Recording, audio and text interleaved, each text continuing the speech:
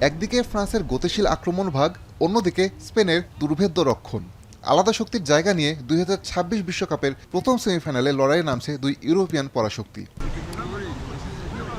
Mbappe, Barcola আর দেম্বেলের সমন্বয়ে ফ্রান্সের আক্রমণ ভাগ পৃথিবীর যে কোনো প্রতিপক্ষের জন্য হয়ে উঠতে পারে মূর্তিমান আতঙ্ক। গতি, নিখুঁত ফিনিশিংয়ে রক্ষণ ছিন্ন ভিন্ন করে ফেলতে পারেন এই ত্রয়ী। সঙ্গে কিছুটা পেছন থেকে বলের যোগান দেয় বিশ্বস্ত সহযোগীর ভূমিকা পালন করছেন মাইকেল ওলিসে। তবে পুরো টুর্নামেন্ট জুড়ে প্রতিপক্ষের রক্ষণে এই চারজন আতঙ্ক ছড়ালেও স্পেনের বিপক্ষে তাদের সবচেয়ে বড় চ্যালেঞ্জ হতে পারে বলের যোগান দেয়া। আমি ভরসা রাখি হিরন স্মার্ট ওয়াটার পিউরিফায়ারে। স্পেনের খেলার মূল ভিত্তি বলের দখল রাখা।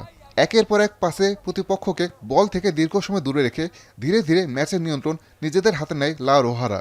বল স্পেনের দখলে থাকলেও কার্যত অচল হয়ে পড়বে ফরাসিদের আক্রমণ ভাগ। আজকের ম্যাচে তাই মিডফিল্ড নিয়ে আলাদাভাবে ভাবতে হবে ফরাসি কোচ দিদিয়ের দেশমকে।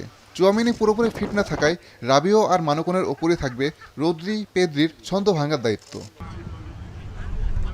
স্পেনের জন্য এই ম্যাচে মূল চ্যালেঞ্জ হবে এমবাপ্পেকে আটকানো। সামান্য খোলা জায়গা পেলেই ম্যাচ ঘুরিয়ে দিতে পারেন এই ফরওয়ার্ড। তাই রক্ষণ সামলে তবেই আক্রমণে উঠতে চাইবে স্প্যানিশরা। এক্ষেত্রে লুইস দে লা ফুয়েন্তের দলের পক্ষে আছে পরিসংখ্যান। চলতি বিশ্বকাপে এখন পর্যন্ত মাত্র এক গোল হজম করাই দিচ্ছে লা রোহাদের রক্ষণের শক্তির প্রমাণ।